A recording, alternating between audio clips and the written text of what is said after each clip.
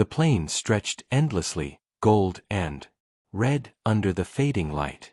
Wind whispered through dry grass, carrying the scent of dust and the faint tang of blood.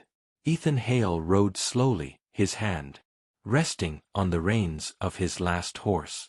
The others had died, some to thirst, some to wolves, some to raiders. This mare, Starling, was all he had left. After a year of drought and war, he loved her more than he loved the battered rifle slung across his back. The war between humans and the Dominion had ended months ago, but scars remained.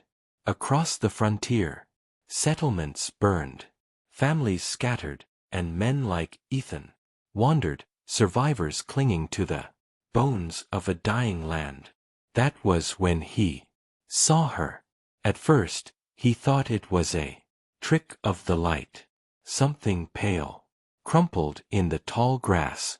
But as he drew closer, he realized it was a figure, female, not human. Her skin shimmered faintly like pearl catching the dusk. Blood stained her side, soaking into the earth. Her wings, delicate, translucent like those of a dragonfly, lay broken beneath her.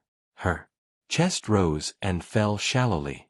An alien, a Dominion soldier perhaps. Ethan dismounted, rifle ready.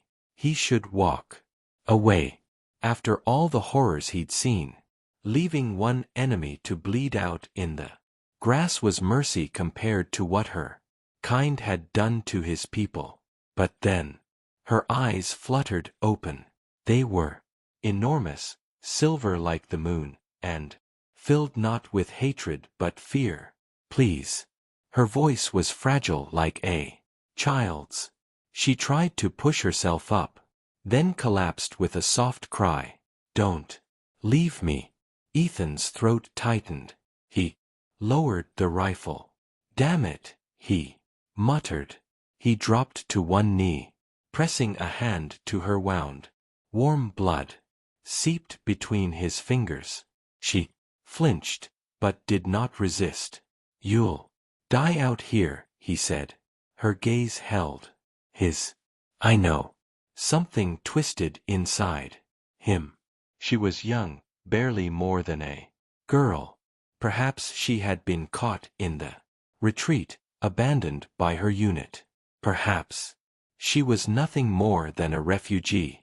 Ethan looked at Starling, the mayor, pawing nervously at the ground, his last horse, his last chance of survival.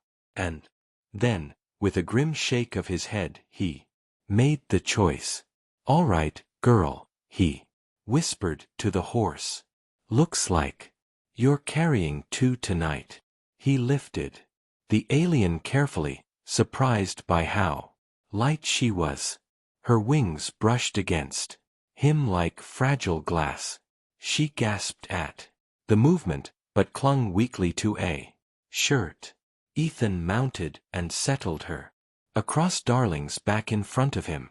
The mayor shifted, but obeyed. With a kick of his heels, they moved toward the abandoned homestead he had passed earlier. By the time they reached shelter, night had fallen.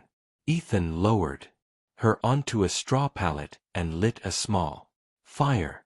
She shivered violently, her blood lost, making her skin pale. He cleaned the wound as best he could, tearing strips from his own shirt to bind it. She watched him through half-lit eyes. Why? She whispered. Why help me? Ethan didn't look up. Because you're alive and I've buried enough already. She stared at him as though trying to understand. Finally, she closed her eyes. The night was long. Ethan dozed fitfully by the fire, waking often to check her breathing. Each time he told himself he was a fool. She was the enum. If her kind found him with her, they'd kill him without hesitation. But when dawn's first light touched the horizon, she stirred. Her eyes opened. Wider this time, clearer, stronger. My name is Syria, she said softly. Ethan nodded. Ethan. She studied him for a long time. Then, with effort, she reached out and touched his hand. Her fingers were delicate, trembling. You gave me your horse, she whispered. The only one you had. Ethan swallowed hard. Yeah, don't remind me. To his surprise, she smiled faintly. He shared what little food he had left. Dried jerky and stale bread. She ate slowly, and used to the texture, but grateful. As the sun rose higher, Ethan stepped outside to check the horizon. His gut told him danger was close. That was when he saw them. Figures approaching in the distance, silent, swift, their wings catching the morning light. His chest he tightened. More of her kind. He hurried back inside. Syria riders coming. Your people. Her eyes widened. My sisters. Ethan froze. Sisters. She nodded weakly. They'll be looking for me. We are not soldiers. We are healers. We were caught in the crossfire. I was left behind. Ethan's hand tightened on his rifle.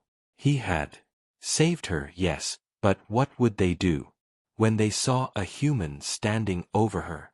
The sound of wings grew louder. Shadows crossed the doorway, and then they were there. 3 women nearly identical to Syria, their silver eyes sharp, their movements silent as ghosts. They saw Ethan instantly, rifle in hand. Their spines tensed, wings flaring. Syria forced herself upright, swaying with pain. Stop, she cried. He saved me. He gave his horse his last one. Without him, I would be dead. The sisters froze. Their gazes shifted between Syria and Ethan. One stepped forward, her expression unreadable. You helped her? She asked in a voice like wind over glass. Ethan hesitated. Then he lowered the rifle. Yeah, I did. The sisters exchanged a silent glance. Finally, the eldest bowed her head slightly. Then, you are owed. Ethan blinked. Owed in our people's law, she said. A life debt binds us. You saved Syria's life at great cost. That bond extends to us, her sisters. We are yours to call upon, should you ever need us. Ethan stared, words failing him. Syria's gaze softened. You gave me hope when I had none. At sunrise, my sisters came. You are no longer alone. They left as silently as they came, carrying Syria with care. Ethan stood at the doorway, the morning sun warming his face, watching until they vanished into the horizon. Starling grazed nearby, weary, but alive. Ethan stroked her mane, heart heavy and light all at once. He had given up his last certainty, his last horse for a wounded girl who should have been his enemy, and yet in return he had gained something he could not name. Bond, a promise, a flicker of trust.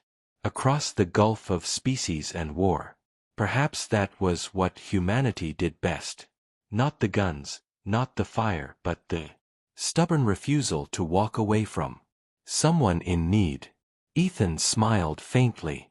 The plain still stretched endlessly, but for the first time in a long while, he didn't feel so small upon them, because kindness, he realized, carried farther than any horse ever would.